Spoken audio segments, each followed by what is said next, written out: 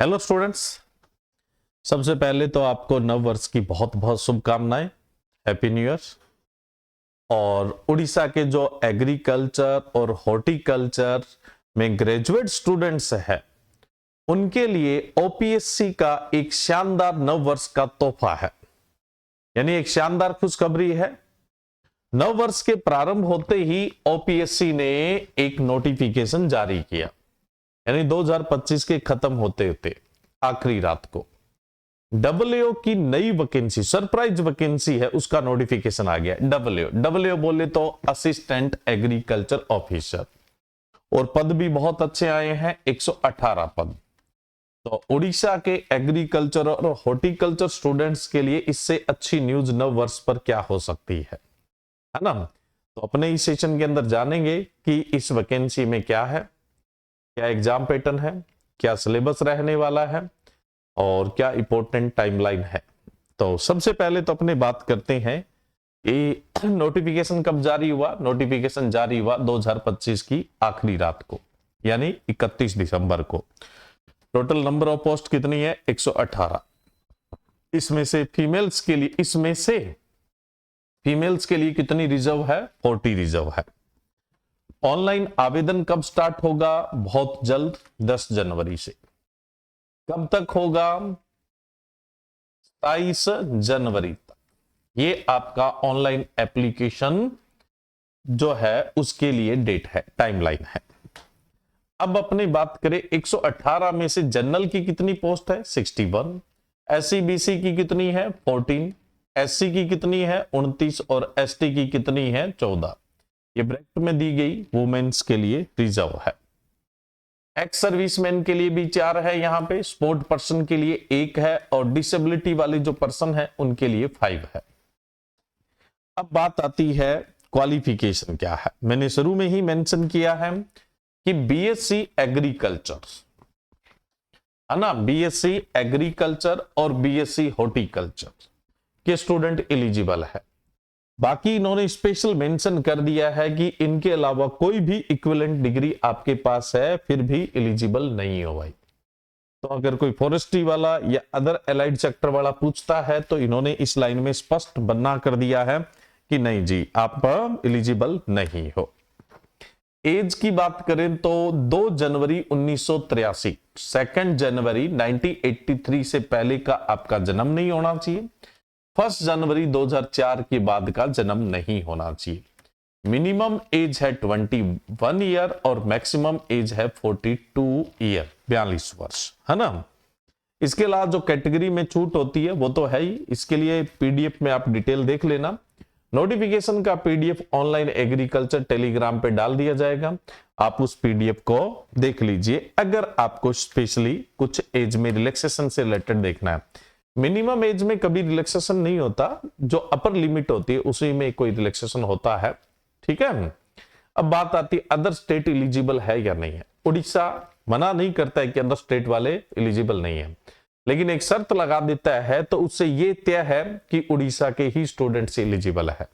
इन्होंने कहा कि मिडिल स्कूल एग्जामिनेशन है या मैट्रिकुलेशन है या एजुकेशन के किसी दौरान आपने उड़िया लैंग्वेज सब्जेक्ट के रूप में लिया है तो फिर आप एलिजिबल है। इसका मतलब उड़िया लैंग्वेज है वो कंपलसरी है, और उड़िया लैंग्वेज जो उड़ीसा के स्टूडेंट्स होते हैं उनके पास तो होती ही है, बाकी स्टूडेंट्स के पास होती नहीं है। फिर भी कोई बिहार या वेस्ट बंगाल या असम के कुछ स्टूडेंट्स होते हैं जो नियर अबाउट बाउंड्री पे रहते हैं, सीमा पे रहते हैं, बॉर्डर पे रहते हैं, तो उनके पास ये सब्जेक्ट होता है, वो एलिजिबल है। बाकी और ये नहीं कहता है कि उड़ीसा का डोमिसाइल होना जरूरी है। भारत का कोई भी नागरिक हो सकता है, लेकिन उड़िया आनी चाहिए।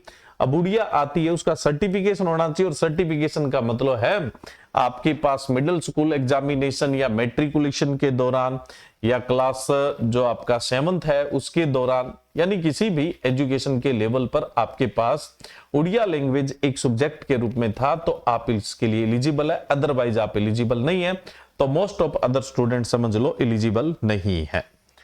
अब बात आती है मेथड ऑफ सिलेक्शन क्या होगा। देखो मेथड ऑफ सिलेक्शन, देखो अभी कुछ दिन पहले ही तो उड़ीसा में डब्ल्यूओ का एग्जाम हुआ है। बैक टू बैक वैकेंसी आई है, सरप्राइज वैकेंसी आई है, बहुत ही शानदार तोहफा है। तो पैटर्न वो का वही है, किसी प्रकार का कोई बदलाव नहीं है। देखो ऐसा है, पहले तो रिटन एग्जाम होगा। रिटन का मतलब लिखित नहीं, एमसीक्यू पैटर्न का एग्जाम होगा। एमसीक्यू पैटर्न का एग्जाम होगा, उसमें भी दो पेपर आते हैं आपके, है ना। पेपर फर्स्ट आता है और पेपर सेकंड आता है। और यहां भी कोई चिंता वाली बात नहीं, इन दोनों ही पेपर में एग्रीकल्चर ही आती है। इन दोनों ही पेपर में एग्रीकल्चर आती है। दोनों 100 नंबर के एग्जाम होते हैं, दोनों 100 नंबर के एग्जाम होते हैं। टोटल 200 मार्क्स का होता है। अभी बात करेंगे, क्वेश्चन भी 100, मार्क्स भी 100, है ना। तो एक तो एग्जाम होगा और उसके बाद पर्सनालिटी टेस्ट होगा, इंटरव्यू होगा। इंटरव्यू बहुत ज्यादा मैटर नहीं करता है, क्योंकि इसमें मार्क्स की बहुत कम जरूरत होती है। अभी इस पे डिटेल से बात करते हैं। तो एग्जाम होगा और उसके बाद इंटरव्यू होगा, यानी आपको 2 स्टेजेस है वो पार करनी है। सबसे पहले एग्जाम की बात करें तो पेपर फर्स्ट होगा और पेपर सेकंड होगा। दोनों में 100 क्वेश्चन आएंगे, है ना। 100 क्वेश्चन आएंगे।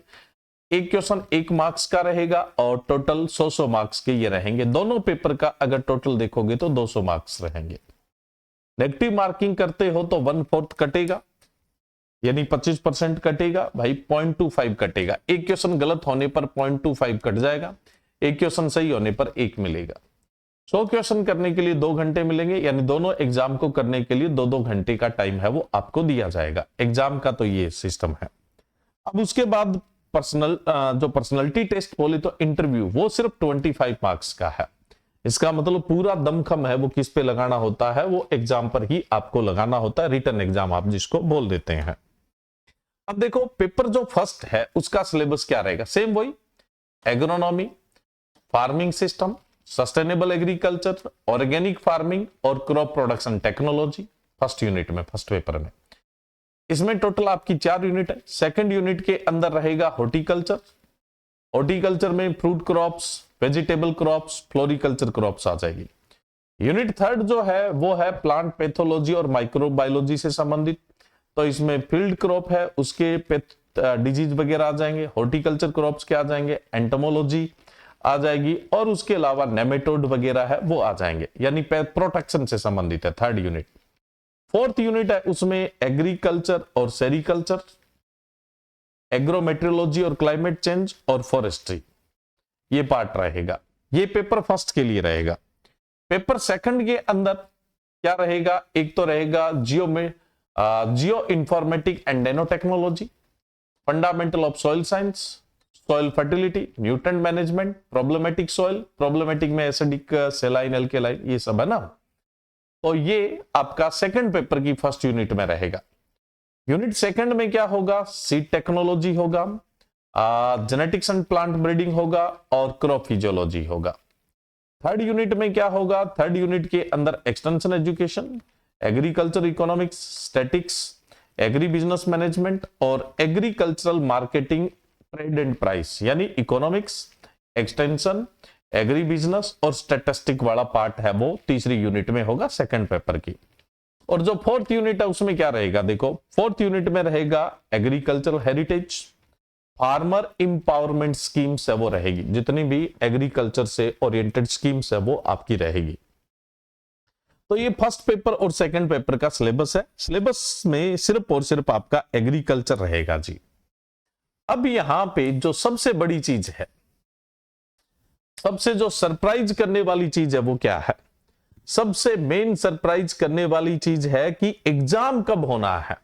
तो भाई एग्जाम के लिए इन्होंने ज्यादा वक्त नहीं दिया है। एग्जाम होगा 19 फेब को। कब होगा, 19 फरवरी को एग्जाम होगा।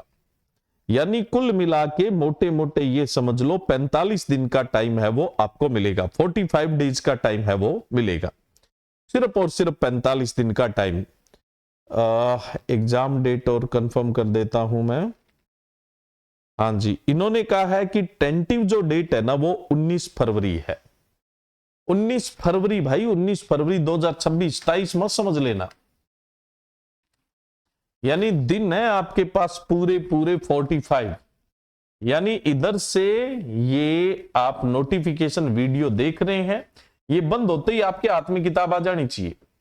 हाँ, अभी रिसेंटली उड़ीसा डब्ल्यू का एग्जाम हुआ है, उस एग्जाम की प्रिपरेशन की आप लोगों ने, या किसी भी पहले एग्रीकल्चर एग्जाम की प्रिपरेशन की है, तो फिर आप जाहिर सी बात है कुछ न कुछ प्लस में रहेंगे, कुछ आपको बेनिफिट मिलेगा ही मिलेगा, उस चीज का तो एडवांटेज आपको मिलना ही मिलना है। अब इसके लिए ऑनलाइन एग्रीकल्चर आप लोगों के लिए क्या कर सकता है, तो इसके लिए हम लॉन्च कर रहे हैं आज अभी एक रिकॉर्डेड कोर्स, है ना, ओपीएससी डब्ल्यू के लिए रिकॉर्डेड बैच, क्योंकि लाइव तो पॉसिबल ही नहीं हो पाएगा इतना। रिकॉर्डेड क्लासेस रहेगी, पीडीएफ ई बुक्स रहेगी, टेस्ट सीरीज हम इसमें आपको पूरी प्रोवाइड करवाएंगे, और ये जो रिकॉर्डेड बैच है ये मात्र 999 रुपए का रहेगा, और वैलिडिटी टिल एग्जाम तक, सिर्फ टिल एग्जाम तक। कल को एग्जाम आगे पोस्टपोन होता है मे बी, तो टिल एग्जाम तक ही रहेगी, मतलब पोस्टपोन होने वाली डेट तक हम आपको पोस्टपोन कर देंगे बैच की वैलिडिटी। एग्जाम हो जाता है और उसके बाद आप चाहते हो कि पोस्टपोन हो जाए तो नहीं होगी, इसीलिए तो 999 रुपए का ये बैच है वो लॉन्च किया गया है, जिसको आप कहां से एक्सेस करेंगे, आपकी अपनी एप्लीकेशन ऑनलाइन एग्रीकल्चर एप्लीकेशन से। ज्यादा जानकारी के लिए दिए गए नंबर पे आप कांटेक्ट कर सकते हैं, लेकिन जो रेस्पॉन्स है मेनली वो आपको कल से मिलेगा, क्योंकि आज जो है न्यू ईयर की वजह से 3 बजे के बाद कोचिंग है वो ऑफ है, ठीक है। तो मतलब आपको 2 जनवरी से फोन पे रेस्पॉन्स है वो मिलेगा। बाकी जितनी इंफॉर्मेशन है वो मैंने आपको प्रोवाइड करवा दी।